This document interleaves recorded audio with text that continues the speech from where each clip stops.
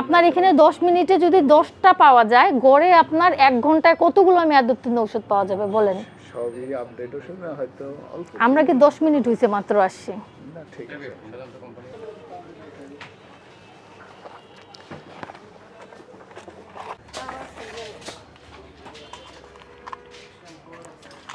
আচ্ছা, আপনার এখানে বেশ কিছু ওষুধ মেয়াদ উত্তীর্ণ পাইলাম, ঠিক আছে। তার মধ্যে হচ্ছে জুলাই মাসে কিছু মেয়াদ উত্তীর্ণ পেয়েছি। এতদিন তো মেয়াদ উত্তীর্ণ ওষুধ থাকার কথা না। দেখেন, তার মধ্যে দেখেন আপনি টাইম মানে প্রাইসটা টেম্পারিং করা, এটা কি আপনাদের করা না কার করা? এই যে প্রাইস টেম্পারিং করা। আমাদের করে না, আমরা তো নতুন। আমরা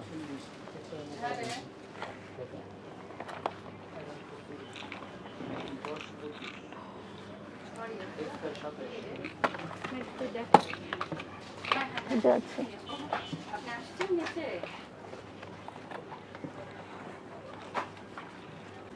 আপনার কিছু মেয়াদ উত্তীর্ণ ওষুধ পাওয়া গিয়েছে, ঠিক আছে। তার মধ্যে জুলাই মাসের, অক্টোবর মাসের, জুলাই মাসে চলে গেছে। জুলাই মাসেরও পাওয়া গিয়েছে। যদি রিসেন্ট হতো তাহলে বুঝতাম যে না, আপনারা হয়তো বা রিসেন্ট চেক করেননি, কিন্তু এতদিন চেক করেননি, সেটা কি হবে বলেন?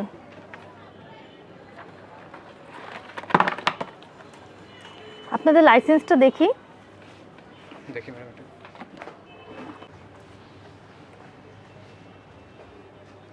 2 বছর পর্যন্ত করেছেন না?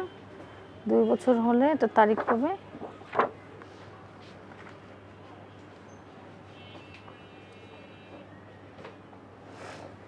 সাতাইশ পর্যন্ত আছে। আচ্ছা, আপনার বলছে ফার্মেসিতে ঔষধ ব্যতীত অন্য কোনো পণ্য, কসমেটিক, কীটনাশক মজুদ বিক্রয় করা যাবে না, ঠিক আছে।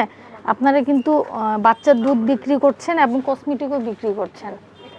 বাচ্চার দুধ বিক্রির ক্ষেত্রে কিন্তু আলাদা লাইসেন্স নিতে হয়, সেটা কি আছে? সেটা আমি শিওর বলতে পারবো না, আরেকটা হচ্ছে আপনার কসমেটিকও কিছু বিক্রি করছেন, এগুলো তো আপনাদের মানে লাইসেন্সে বলা আছে যে আপনারা বিক্রি করতে পারবেন না, তারপর বিক্রি করছেন কেন? যে দায়িত্ব সে আজকে নাই, ঠিক আছে। তো তারপরে কি বলছে, নির্ধারিত মূল্যের অধিক মূল্যে ওষুধ বিক্রি করা যাবে না। হ্যাঁ, ওইখানে আপনার একটা ওষুধ দেখলাম যে টেম্পারিং করা আছে প্রাইস, ঠিক আছে। তারপরে তো বলছে যে মেয়াদ উত্তীর্ণ ঔষধ ফ্রিজে সংরক্ষণ করা যাবে না অথবা রাখা যাবে না, কিন্তু আপনার এখানে মেয়াদ উত্তীর্ণ ওষুধ পাওয়া গেছে, সেগুলো আইনের লঙ্ঘন হয়েছে না?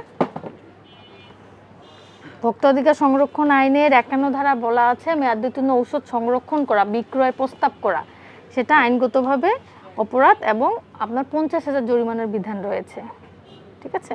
আপনাকে আজকে 10,000 টাকা জরিমানা করা হলো।